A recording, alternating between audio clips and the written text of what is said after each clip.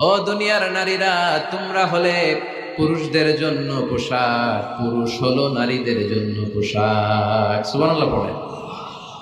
পোশাক যেমনি ইজ্জত আবরুর হেফাজত করে, তেমনি স্বামী স্ত্রী একে অপরের ইজ্জত হেফাজত করে। পোশাক যেমনি সৌন্দর্য বাড়ায়, স্বামীর চোখে স্ত্রী সুন্দর, স্ত্রীর চোখে স্বামী সুন্দর। পোশাক যেমনি আরাম দেয়, স্বামী তার স্ত্রীর স্পর্শ পেলে, স্ত্রী তার স্বামীর স্পর্শ পেলে হৃদয়ে প্রশান্তি অনুভব করে, ঠিক কিনা?